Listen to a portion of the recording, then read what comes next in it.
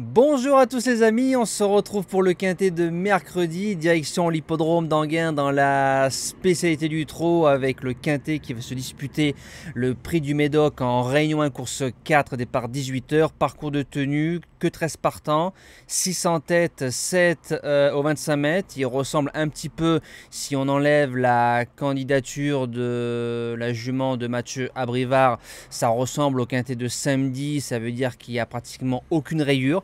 Donc il peut y avoir des surprises. Il y en a eu samedi. On revient tout de suite sur les résultats de samedi et dimanche. Donc concernant le quintet, on fait un tiercé ordre, quartet et quintet des ordres en 6 chevaux pour un gain pratiquement de 2700 €. J'avais annoncé qu'il n'y avait pas de rayure et il y a eu des surprises. Donc l'arrivée ne m'étonne pas. Concernant dimanche, le course par course a été meilleur que par rapport à celui de samedi. On fait un 3 sur 4 au niveau des objectifs du côté de hier, donc ça c'est bien. Le quintet, j'ai un peu de regret parce que ceux qui me suivent maintenant sur la chaîne, je vous avais parlé de Dantès il y a quelques mois qui allait regagner son quintet plus. Si je l'avais gardé, j'aurais fait tiercé écarté dans la sélection. Je ne l'ai pas gardé parce qu'il faisait une rentrée de 3 mois et que j'attendais plus un parcours PSF. Mais quand on voit que le cheval est parti à 7 contre 1 dans le quintet de la Teste et pratiquement 10 000 € de place à 9 h du matin, certaines personnes avaient l'info et la bonne info de ce jour-là. Donc quand je l'ai vu à 7 €, je m'attendais bien à 90% parce que sûr, il n'y a rien qui est sûr dans la vie, mais je sentais qu'il allait me manquer dans le quintet plus. Donc nous, on attaque tout de suite la sélection du quintet. Donc je commence avec la base gagnante, le numéro 2, Galantis. Il a montré des moyens en France. Quand on a marché moins de 13 gagnants à Vincennes 2007 Grande Piste, c'est qu'on a de la qualité. Déféré des 4 et l'excellent Tristan Ouvry à la drive. C'est un cheval qui a bien couru dans le quintet de Châteaubriand. Je pense qu'avec une ligne droite plus fluide, il aurait fait mieux que 5e. Si on arrive à prendre le dos de Flying Brickle qui risque de faire devant méchant, il peut être ramené un maximum et il peut y avoir explication pour la victoire. L'opposition, le numéro 10, fait de Rangeval, Varin qui est en forme, Raffin qui est en forme, la jument qui est en forme.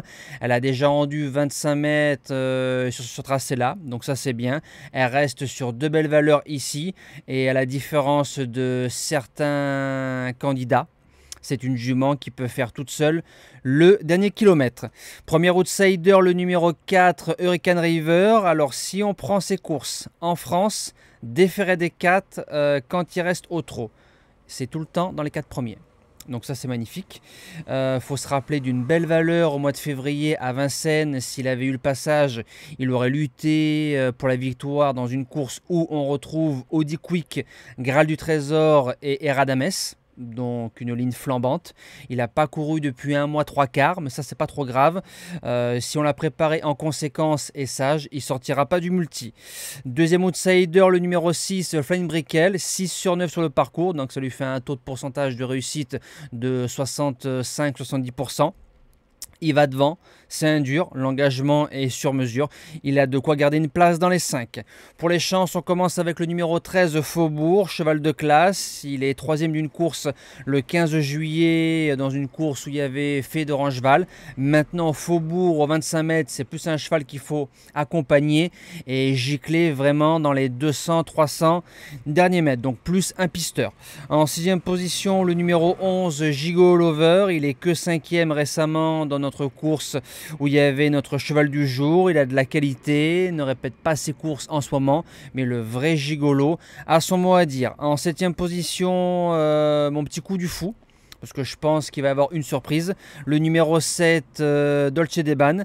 Elle a montré des moyens chez Yannick Alain-Brayon par le passé. Elle a un moteur, elle sera plaquée que devant, mais elle sait faire. Je pense que c'est une candidature qui peut casser des jeux à 30 ou 40 € dans un bon jour. Et elle a bien mieux couru qu'il n'y paraît dans le Grand Prix de la ville de Cabourg. Donc je me dis pourquoi pas. Et je termine avec le numéro 9, Gamin Jabba. Pour l'instant, il fait un bel été, premier, deuxième, quatrième distancé. On va pas le condamner sur sa faute.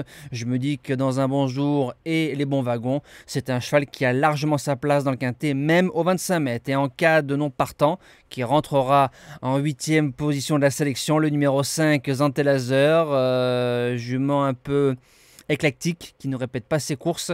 Il lui faut de la souplesse, il faut que ça se passe bien, mais Tandem Nivard-Soulois, elle part en tête. Voilà, je me dis qu'on peut la rajouter largement dans un champ réduit et nous, elle rentrera en 8e position de la sélection. Voilà, moi je vous dis à demain pour un quintet du côté des sauteurs à Clairefontaine. Passez une belle semaine et bon quintet à tous.